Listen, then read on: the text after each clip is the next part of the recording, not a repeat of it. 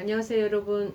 11월 17일 수요일 매일기도회 겸 수예배 함께 병행해서 드리기로 하겠습니다. 우리 다같이 사도신경 고백합니다.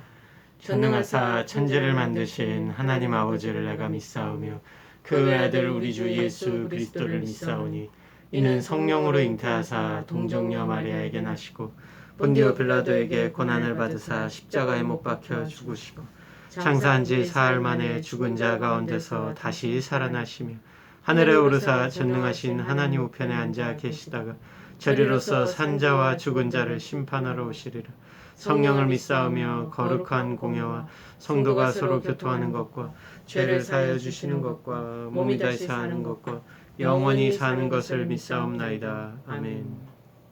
오늘 하나님께서 저희들에게 주시는 말씀은 구약성경 요엘서 소선지서 중에 호세아 다음에 요엘서 1장 2절에서 7절 말씀입니다. 요엘서 1장 2절에서 7절 1269쪽이나 70쪽 보시면 되겠습니다. 1270쪽 요엘서 1장 2절에서 7절 말씀 보시겠습니다. 다 찾으신 줄 알고 제가 봉독해 드리겠습니다. 늙은 자들아 너희는 이것을 들을지어다. 땅의 모든 주민들아 너희는 귀를 기울일지어다. 너희의 날에나 너희 조상들의 날에 이런 일이 있었느냐. 너희는 이 일을 너희 자녀에게 말하고 너희 자녀는 자기 자녀에게 말하고 그 자녀는 후세에 말할 것이니라. 팥중이가 남긴 것을 메뚜기가 먹고 메뚜기가 남긴 것을 느치가 먹고 느치가 남긴 것을 황충이 먹었도다. 취하는 자들아 너희는 깨어 울지어다. 포도주를 마시는 자들아 너희는 울지어다.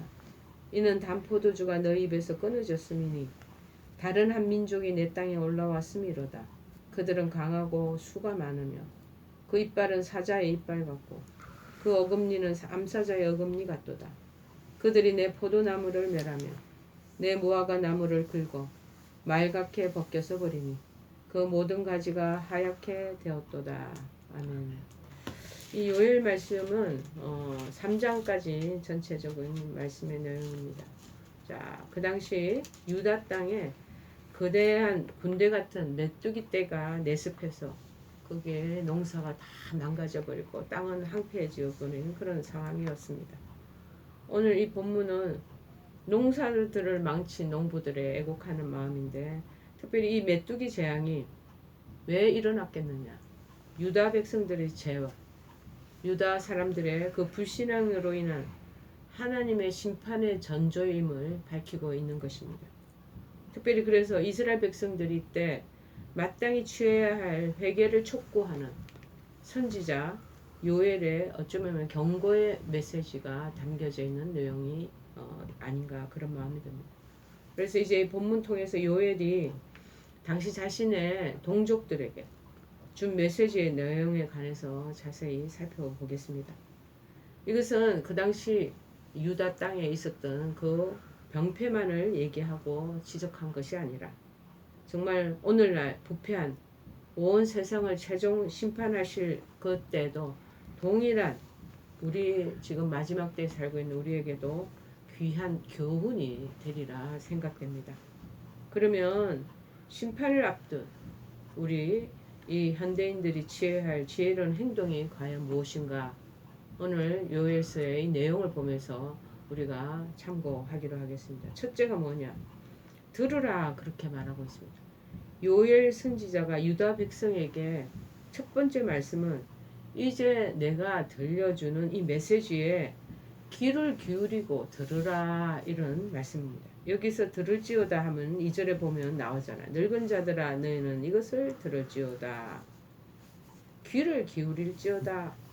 자, 단순히 듣다, 이해하다라는 그 뜻만 아니라 한 걸음 더 나아가서 듣고 순종하라는 뜻이에요. 들으라 하는 거 듣고 그냥 이해만 하고 깨닫고 그냥 말을 하는 뜻이 아니라 듣고 순종하라는 것이에요.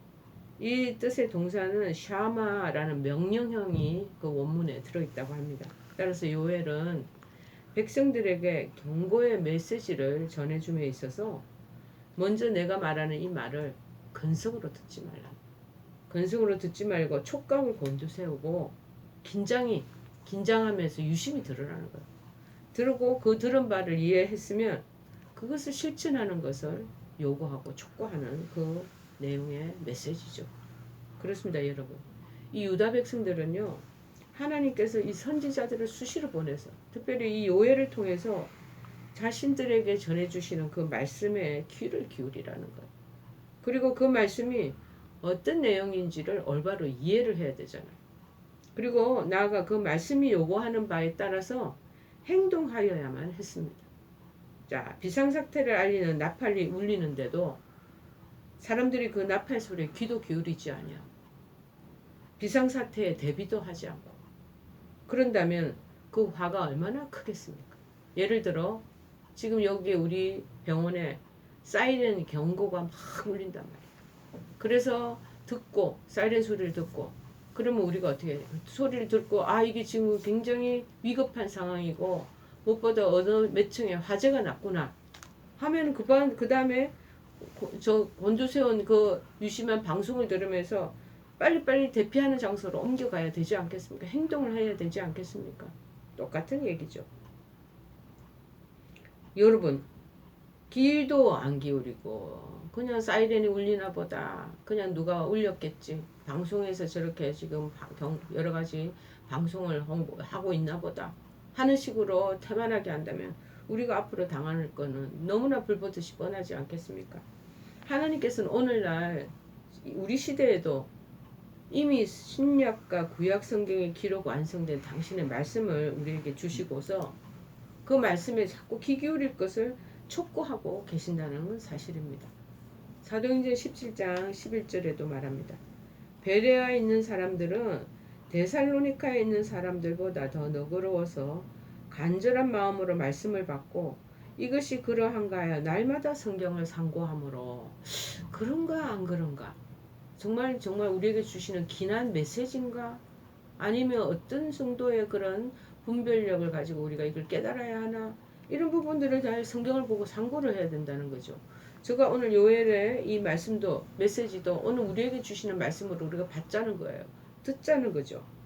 그럼에도 불구하고 우리는 하나님의 말씀을 늘 외면하고 귀다 마라 귀 기울이 듣지 않고 귀 흘려 버리는 그런 우리가 아닌가 우리 스스로를 다시 돌아보기를 바랍니다. 두 번째는 뭐냐? 고하라는 거예요. 들었으면 이제 고해. 요엘 선지자의 두 번째 말씀은 3절에 나와요. 너희는 이 일을 너희 자녀에게 말하고 너희 자녀는 자기 자녀에게 또 말하고 그 자녀는 후세에 말할 것이니라. 그렇게 말합니다. 고하라는 거예요. 후시대까지 고하는 것이.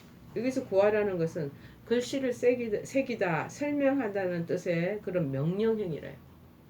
따라서 이 말은 요엘 선지자로부터 들은 경고의 메시지를 다른 사람들에게 얘기를 전해주되 그들이 분명히 알아들을 수 있게끔 그리고 마음속에 명심할 수 있게끔 상세히 얘기해 주라는 의미입니다. 저희들이 말씀을 이렇게 풀어서 영상에 설교를 전하고 또 설교 시간에 선포하고 이러는 것도 무엇입니까?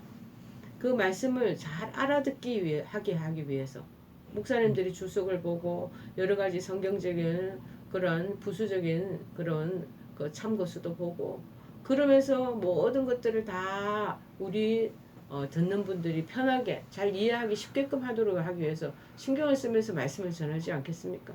그래서 자꾸 듣고 그 다음에 그것을 자꾸 전하는 거예요. 지금은 저희들 영상 설교를 매일 설교 이렇게 전하고 또 수요예배도 전하고 주일날도 전하지만 전하기는 전하되 들을 사람이 얼마나 되나 그런 의구심이 들 때가 있습니다. 그러나 우리는 할 일은 자꾸 얘기를 전해야 되는 거예요.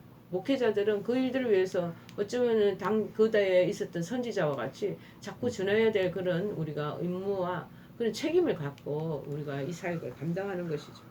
하나님이 우리에게 심판을 경고하시는 이유는 오직 각자가 혼자서만 돌이켜 잘 사는 것 그것을 원하는 게 아니에요. 너 혼자만 그렇게 독단적으로 그 제약의 가운데서 벗어나서 경각심을 듣고 네가 추스려서 네 믿음을 잘 지켜나가는 것 그것만을 얘기하는 것이 아니고 그 말씀을 이웃에게 전하고 복음의 말씀이란 그렇습니다. 모두가 구원을 얻도록 하시기 위해서 자꾸 전하여야 되는 것입니다. 자, 바수꾼이 성루에 서서 나팔 소리를 막 내잖아요. 적군이 쳐들어왔다.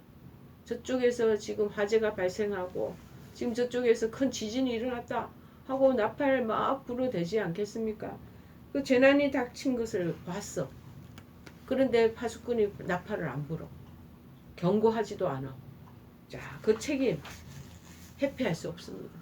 성 안에 있는 모든 사람들이 다 그러면은 멸절을 당하지 않겠어요? 파수꾼의 성곽 위에 있는 그 경각심을 가진 나팔수가 나팔을 불어대지도 않고 경고를 날리지도 않고 사람들에게 피신하라고 메시지도 전하지도 않고 그냥 편하게 그냥 성루에 그냥 쥐 죽은 듯이 게을러서 그런 부분에 대한 예민성도 떨어지고 그러면서 있으면 그 책임이 누구한테 돌아가요? 결국에는 그 파수꾼에게 다 돌아간다는 거예요. 여러분, 우리 성도들 한 사람 한 사람도 다 영적인 파수꾼이에요. 성적인 파수꾼으로서 하나님의 형상대로 받은 인간에게 요구하시는 바를 하나님께서 바로 전하라고 얘기하는 거예요. 바로 전하고 정말 제약 가운데 있는 사람 회개를 촉구하는 그런 책무도 네가 이행을 하라는 거예요. 만약 그런 것들 지금 나쁜 범죄 가운데 있고 여러 가지 진흙탕에서 제약의 구렁텅이에 빠져 있는 그 사람들에 대해서 그 부분을 촉구하고 다시 되돌이키도록 우리가 전하지 않는다면 그 사역을 하지 않는다면 하나님의 심판날에 그 책임을 우리에게 다 돌릴 것이라고 이미 경고하고 있습니다. 에스겔서 3장 17절에서 19절에 말합니다. 인자야 내가 너를 이스라엘 족속의 파수꾼으로 세웠으니 너는 내 입의 말을 듣고 나를 대신해서 그들을 깨우치라. 우리가 이렇게 말씀을 전하고 자꾸 경고의 메시지나 심판날에 다가올 날이 얼마 남지 않았다라는 것을 자꾸 촉구하면서 전하는 이유가 뭡니까? 하나님 대신해서 우리 믿음의 사람들을 깨우치려고 그러는 거예요. 믿음의 사람들이요 영적으로 정말 영적인 잠에 깊이 빠져 있기 때문에 그리고 그 안락한 생활에 그분들이 잠자고 있기 때문에 흔들어 깨워야 되는 역할을 우리가 하고 있다라는 것입니다. 그래서 가령 내가 악인에게 말하기를 너는 곧 죽으리라 그렇게 할 때 내가 깨우치지 아니하거나 날마다 악인에게 일러서 그 악한 길을 떠나서 생명을 구원하게 하지 아니하면 그 악인은 그의 죄악 중에서 죽으려니와 그 다음에 내가 그의 핏값을 내 손에서 찾을 것이고 네가 악인을 깨우치되 그가 악한 마음과 악한 행위에서 돌이키지 아니하면 그는 그의 죄악 중에서 죽겠다. 그러나 만약에 깨우쳤는데 그가 자기가 이행을 안 하고 깨우침 받지 않고 자기 뜻대로 하면 그걸 결국은 죽게 되지만 너는 그 가르치는 본분의 고한 역할을 잘했기 때문에 네 생명은 보존된다는 거. 자, 그래서 때가 있든지 못 이루든지 결실이 있든지 없든지 저희들은 그래서 그 전하는 역할들을 계속 해야 된다는 것입니다. 자, 그래서 고하여야 되고 세 번째는 뭡니까? 울으라고 얘기하는 울으라. 요엘 선지자의 마지막 말씀이 5절에 나옵니다. 취하는 자들아 너희는 깨어 울지어다. 포도주를 마시는 자들아 너희는 울지어다. 이는 단 포도주가 너희 입에서 끊어졌음이니 여기서 울다라는 말은 단순히 혼자 슬퍼서 눈물 흘리는 정도가 아니고 감정을 주체하지 못해서 모든 사람들이 동네방네 사람들이 다 알아들을 수 있을 정도로 크게 슬프게 통곡하면서 애곡하라. 그렇게 슬피 울고 대성통곡하라. 쉽게 얘기하면 그 뜻이에요. 자, 사람들이 우는 울음에도 여러 가지가 있습니다. 자, 우는 울음은요 너무나 기뻐서 감동이 되어서 그래서 그 감동 어린 눈물을 흘리는 사람도 있습니다. 자, 어떤 사람은 슬퍼서 비탄하여 그 처절한 마음속에 뱉어내는 그 울음이 있다는 것입니다. 본문의 울음은 슬픔의 울음으로서 지금까지 지은 죄를 크게 슬퍼하며 회개의 눈물을 흘리는 것을 가리키는 것 아니겠습니까? 자, 그렇습니다. 누구든 하나님의 심판을 경고하는 메시지를 접할 때 죄악 가운데 있는 사람은 양심이 있고 자기 가지고 있는 영적인 예민성이 있으면 반드시 자신의 죄를 깨닫게 되어 있습니다. 자, 그래서 자신의 죄를 철저히 깨닫고 진심으로 회개하여야 한다는 것을 말하고 있지 않겠습니까? 열왕기하 22장 19절에 이와 유사한 그 내용이 있습니다. 내가 이것과 그 주님에게 대하여 빈트가 되고 저주가 되리라 한 말을 네가 듣고 마음이 부드러워져서 여호와 앞 곧 내 앞에서 겸비하여 옷을 찢고 통곡했다. 내가 저지른 죄, 추악한 내 죄인의 이 몰골, 하나님 앞에 감히 고개를 들 수 없을 정도예요. 그래서 그 자기의 입고 있는 옷을 찢고 대성통곡해서 그렇게 부르짖고 하나님 앞에 하고 그 부분에 대한 참여를 하면 하나님께서 나도 내 말을 들었노라 여호와가 말하였느니라 그렇게 말씀하신다는 거죠. 이사야서 66장 1절에도 말합니다. 여호와께서 이와 같이 말씀하시되 하늘은 나의 보좌요 땅은 나의 발판이라. 너희가 나를 위하여 무슨 집을 지으랴. 내가 안식할 처소가 어디랴. 하늘이 당신의 보좌라. 하나님 계시는 보좌고 땅은 당신의 발판이라. 발등상이라는 거예요. 그래서 우리가 진심으로 애통하면서 하나님 앞에 부르짖고 자신의 모든 지나온 과거의 잘못과 그리고 그 모든 악한 행위들을 철저하게 하나님 앞에 토설하고 회개하면 하나님께서 다 들으신다는 거예요. 하나님은 바로 이런 회개를 원하신다. 때문에 반드시 우리가 심판을 하기에 앞서 경고를 울리는 사이렌 소리를 줘야 됩니다. 우리가 축구 경기도 그렇지 않습니까? 그 사람이 반칙을 하고 여러 가지 사람들에 대해서 이제 우리 스포츠 경기를 하다 보면 격렬하게 되잖아요.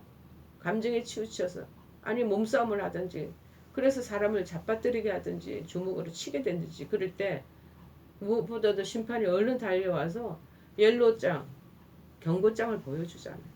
그렇게 하지 우리 사전에 전쟁터에서 전쟁을 할 때도 사전에 내가 모일모시에 너희들을 쳐들어간다 하고 그런 경고를 날리게 돼 있다고 그럽니다. 심판도 마찬가지. 하나님께서 경고하는 게 뭔지 우선이에요. 지금 우리가 이 팬데믹 상황 하나님이 어쩌면 이 경고의 전초전으로 살짝 비춰주시는 거 아닌가 저는 그런 마음도 듭니다. 그런 마음으로 영적으로 받아들일 수도 있습니다. 받아들여야 합니다.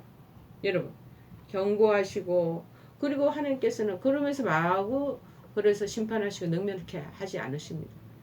회개할 기회를 주신 후에야 회개가 돌아오면 하나님 받아주시고 그 회개를 귀담아 듣지 않고 소홀히 여기고 경시 여기고 업신 여기고 내가 하던 그 악한 행위들을 그대로 자행을 하면 하나님께서 결국에 심판하신다. 단계가 있어요. 단계. 스포츠에도 단계가 있어서 경고를 주고 그 사람이 아차 잘못하면 퇴장을 시키고 옐로 카드, 레드 칼라 뭐 여러 가지가 있잖아. 그리고 또 심판에게 너무 심하게 어필하고 덤비고 이러면 아예 며칠까지 출전하지 못하도록 묶어두기도 하고 뭐 이런 거 여러 가지 우리가 법적인 그 규제가 있잖아요. 심판 스포츠 하는데도 그런 규제가 있는데 하나님이 심판하실 때도 마구 그냥 막 심판을 하면서 그냥 우리를 그냥 혼에 몰아서 그냥 지리멸렬하게 하지를 않는다는 것입니다. 그래서 이때 잘못에 자기의 삶을 걸어가는 사람은 얼른 하나님 앞에 대성통곡하면서 내가 내 자신에 대해서 자기 몰골을 쳐다보면 정말 어처구니 없이 악행을 저질렀잖아요. 하나님이 그 법도에 어긋난 짓을 했잖아요. 누가 하나님 말씀하시기 전에 우리 인간은 다 양심이 있기 때문에 깨닫습니다. 그렇기 때문에 하나님 면전에서 정말 통곡하면서 정말 주님 앞에 몸부림치는 그런 모습을 보여줘야 한다는. 그리고 하나님께로 되돌아오면 하나님께서 받아주신다는.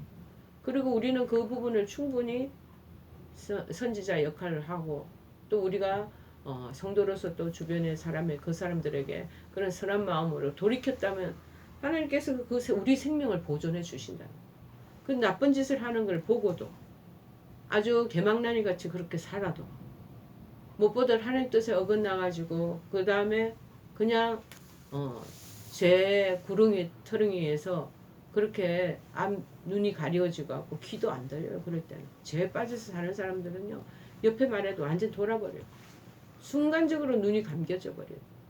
그래서 부모나 그 다음에 옆에서 아내나 옆에 관계된 사람들 얘기하면 도로 분노하고 화를 내고 도로 역정을 내는 그런 경우가 있죠. 가려지고 기가 막혀져 있기 때문에 사리분별을 못하게 되는 거예요. 그런데 곰곰이 생각하니까 자기가 왜 그랬냐는 그 이유를 알겠다는 거죠. 그래서 정말 저는 죄인 중에 괴수입니다 하고 깨닫고 하나님 앞에 돌아오면 다 받으신다는 것입니다. 자, 현명한 사람들은요, 날씨를 보고 오늘도 저 TV 보면서 오늘 날씨가 어떠려나 온도가 얼마나 되려나 하고 점검하고 나오죠. 시대의 징조를 분별하고서 뒤에 대처해 간다는 거예요. 사람들은 그래서 마태복음 16장 2절 3절에 이렇게 말하고 있습니다. 저녁에 하늘이 붉으면 노을이 빨갛게 떠오르잖아요. 서쪽 하늘이. 그러면 그 다음날 날이 좋다는 거죠. 좋겠다 하고 그렇게 짐작을 하고 아침에 하늘이 붉고 흐리고 먹구름이 잔뜩 끼면 오늘 날은 좀 날이 굳겠다.